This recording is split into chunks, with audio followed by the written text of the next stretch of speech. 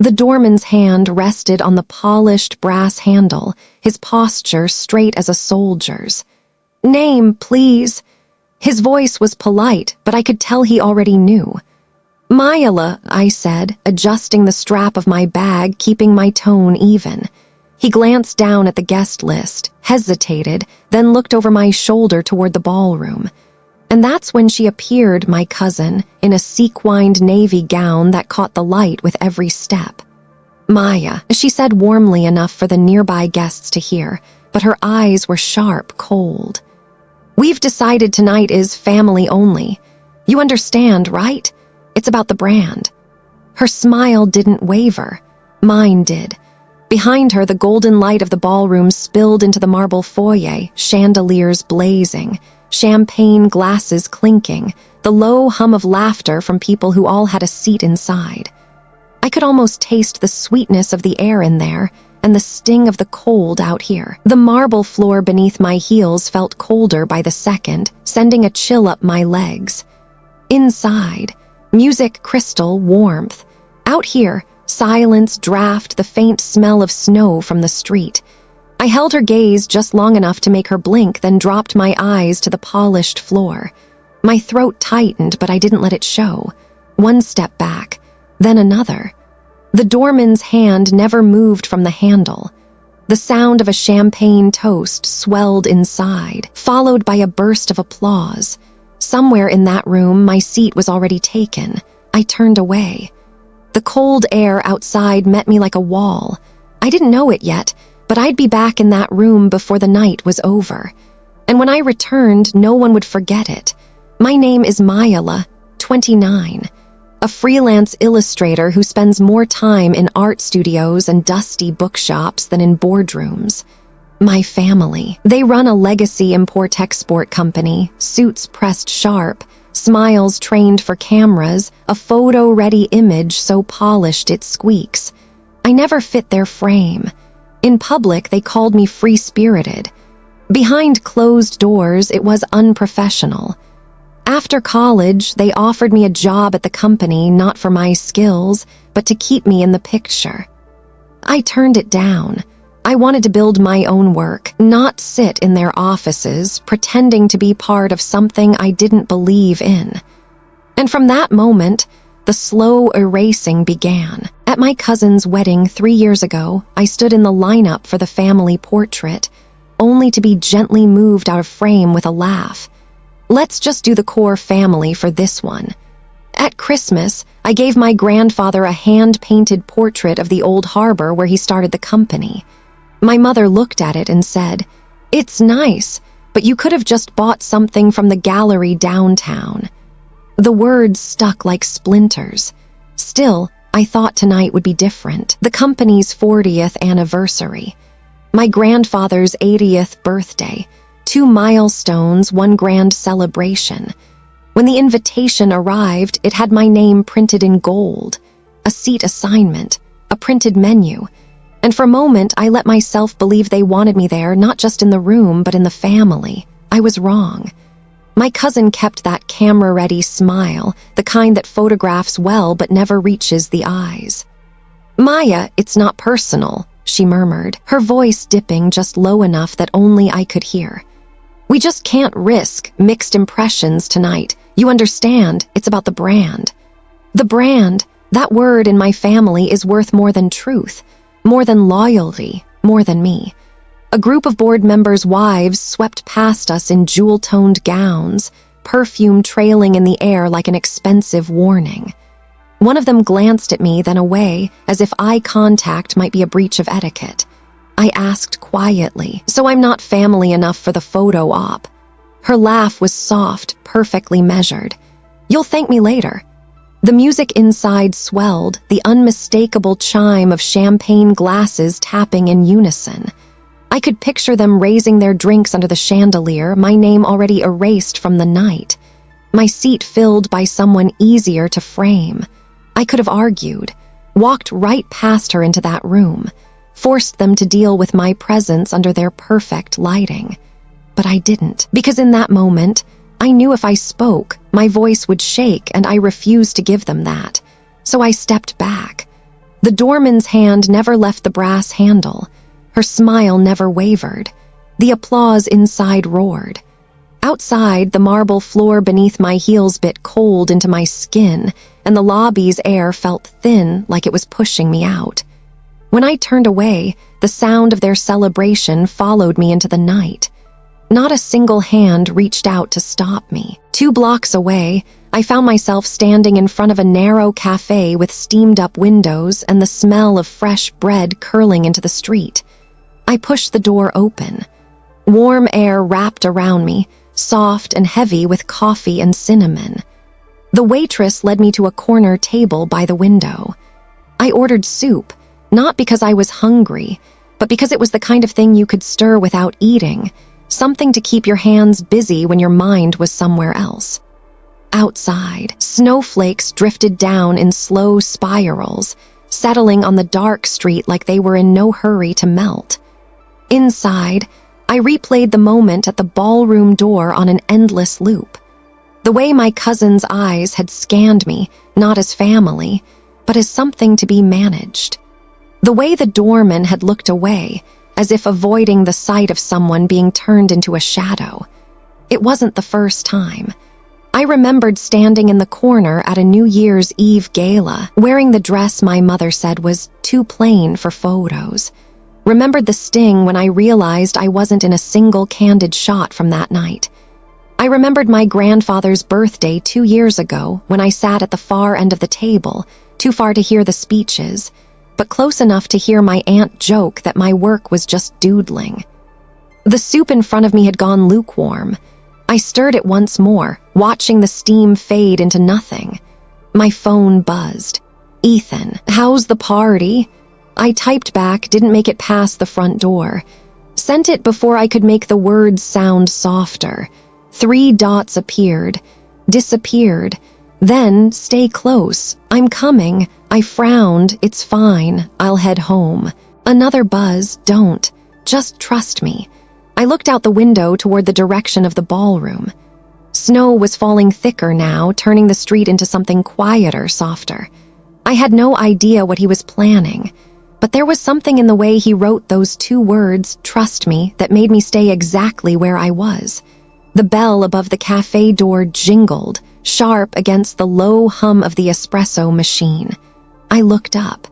Ethan was crossing the street toward me, framed by the falling snow.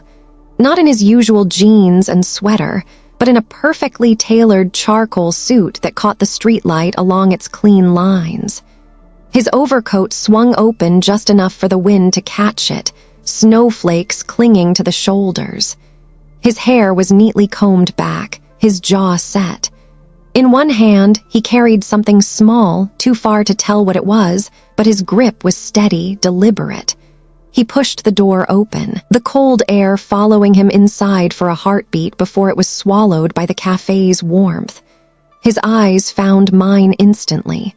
No smile, not yet, just that steady knowing look, the kind that tells you he's already made a decision and nothing will shake it. "Come with me," he said quietly, his voice low but certain.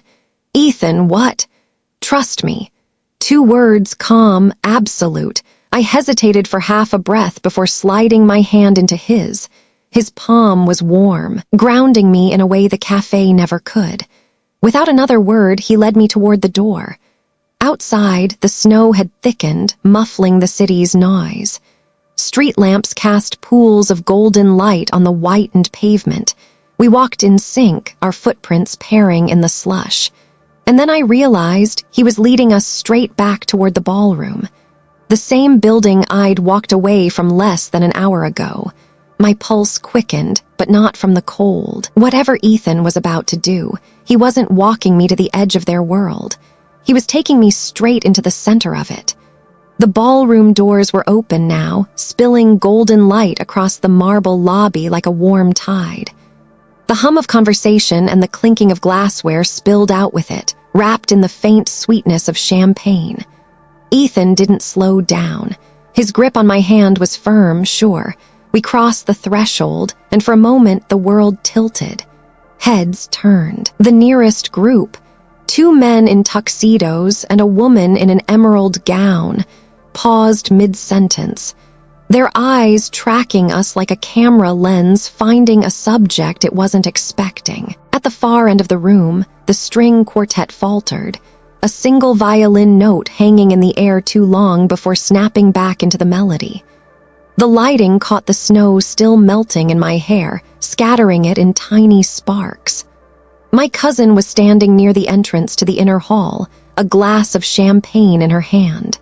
The instant she saw us, her smile froze in place, the kind of freeze that wasn't for a photograph. It was to stop the crack from showing.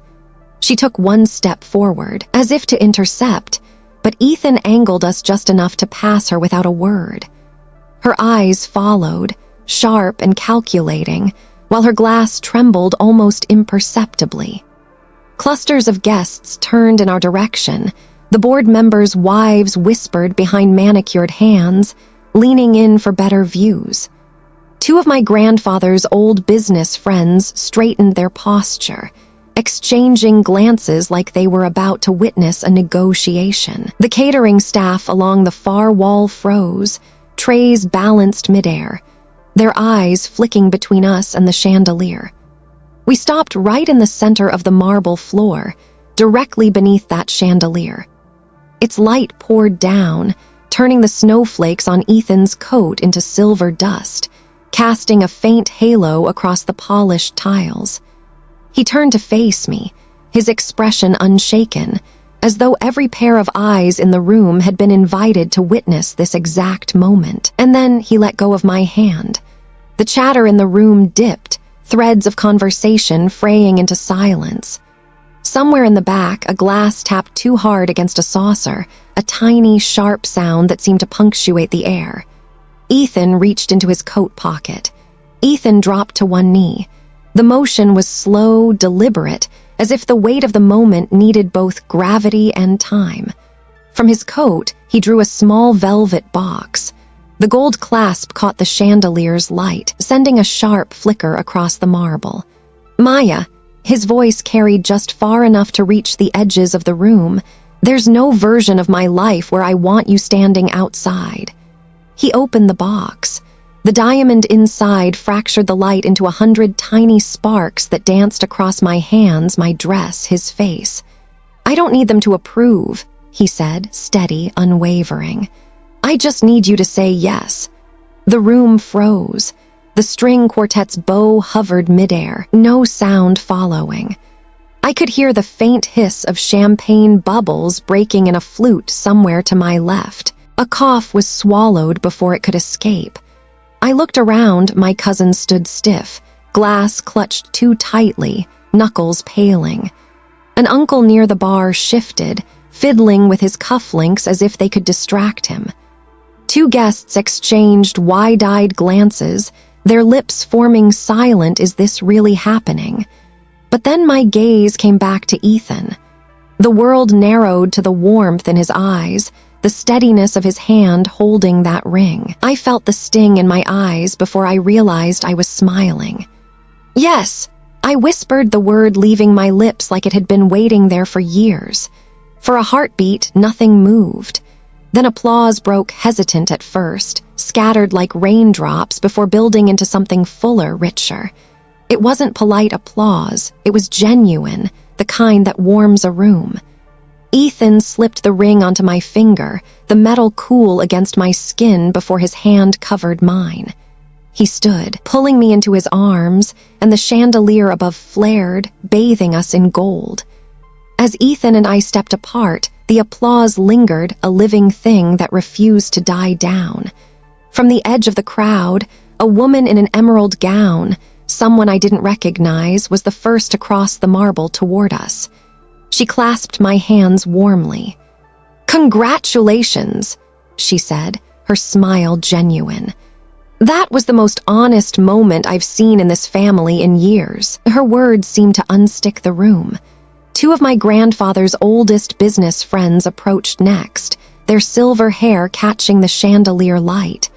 One shook Ethan's hand firmly, the other pulled me into a brief but sincere hug.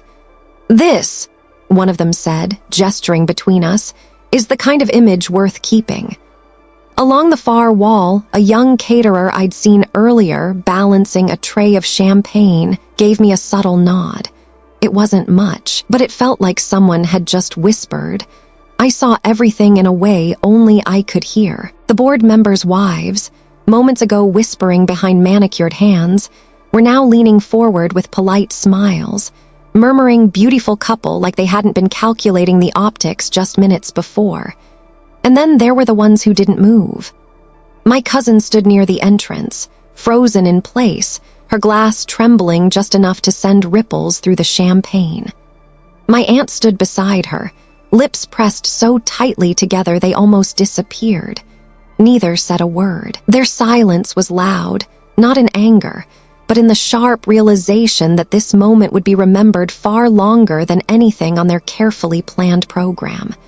Through it all, Ethan kept my hand in his, anchoring me in the center of the room. We didn't need to say anything. We were already standing in the image they'd tried so hard to keep me out of. By the next morning, my phone was a storm. Sometime between leaving the ballroom and falling asleep, someone had posted the entire proposal online. From the moment Ethan took my hand in the foyer to the applause that followed my yes. The video spread like spilled ink, first through the guests' private group chats, then into the public feeds. When I opened my messages, it was already everywhere. Old classmates I hadn't spoken to in a decade saw the video. That was incredible. Former colleagues, you two are perfect. Even a few people I barely knew sent the same line. They'll never forget that. The comments under the video read like a chorus. She walked in like she belonged there because she did. The way he shut down the brand nonsense in 2 sentences.